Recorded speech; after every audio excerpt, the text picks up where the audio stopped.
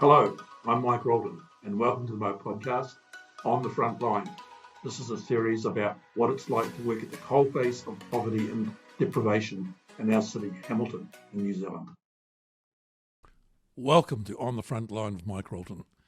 Today I want to talk about the motel generation, the generation of children that have grown up in emergency housing in motels and will know no different than living in a single room place for the rest of their lives.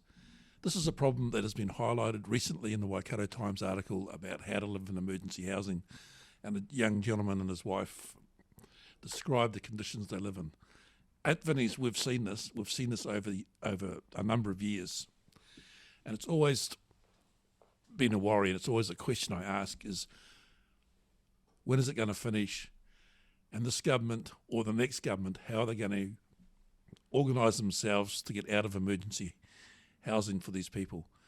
Because it is a real issue. If you drive up Ulster Street in Hamilton or Fenton Street in Rotorua on any given morning, standing outside smoking, you'll see all these people in their pyjamas or dressing gowns, and then they go off to the supermarket still dressed in their pyjamas and dressing gowns. And we know from site visits that Cody's is one of the things they get at the supermarkets and go back and start drinking from 10 a.m. right through the day and enjoy their lives like that. Now, that's not a way to bring up. We also see children pushing their siblings around in their supermarket trolleys and playing out on the streets. At Vinnies, we have seen my staff deliver food there through emergency housing and taken it to the units only to be surrounded by other people in those units and been scared off because those people have seen the food in the back of our vans and they want their share, but they haven't ordered any. So we had to stop that, and now we only deliver to the office if the office people are home or arrange a special time. Now, we mentioned it to one of the organisations in Hamilton that run mental health clinics and stuff like that, and they said they'll do it because they know how to handle the people with these sorts of conditions. They did it once and refused to do it again because it was too scary. We just think that this problem will fester like a boil and stay within society for such a long time. We know that there's gangs there, we know that there's drug dealers there, we know that children are hungry, and we try to do our best, but not everything we can do will save the situation.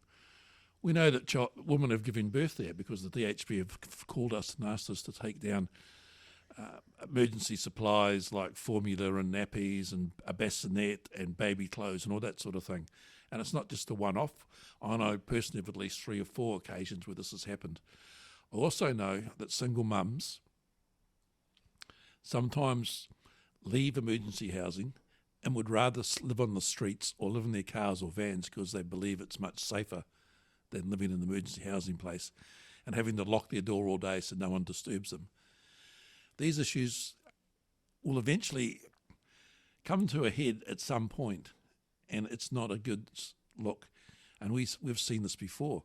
We also know in emergency housing that people sometimes get their own house and move out from emergency accommodation only to realise that they can't afford to live in a house, only to realise that living in a house costs them, and they don't know how to clean a house. They don't realise they have to pay power because in emergency housing, that's all part of the deal.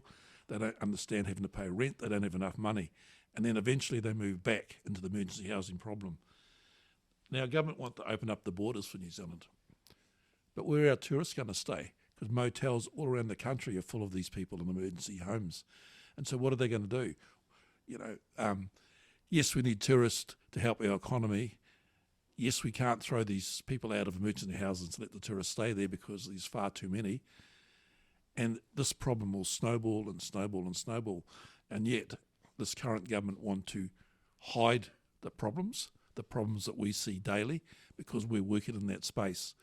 I think New Zealand's got a massive problem ahead of it, and it'll go on for years.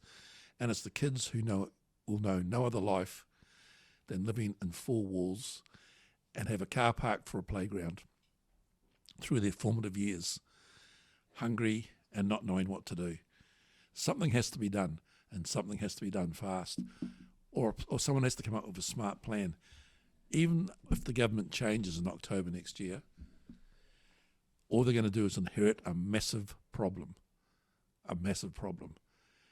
And at Vinnies, we see this on a daily basis, and we don't have the answer yet, but we are working on getting answers to make sure that this problem at some point in the future will disappear.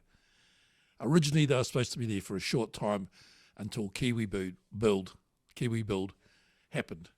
Of course, that was a major fail, and that guy Twitford, who oversaw it, has suddenly gone into hiding and you can't find him. But Kiwi Build was supposed to solve some of these problems, but it has failed the people in emergency housing, it has failed New Zealanders, and it has failed to solve the problem. Let's get some realistic views about this, and let's fix this emergency housing problem. Thank you.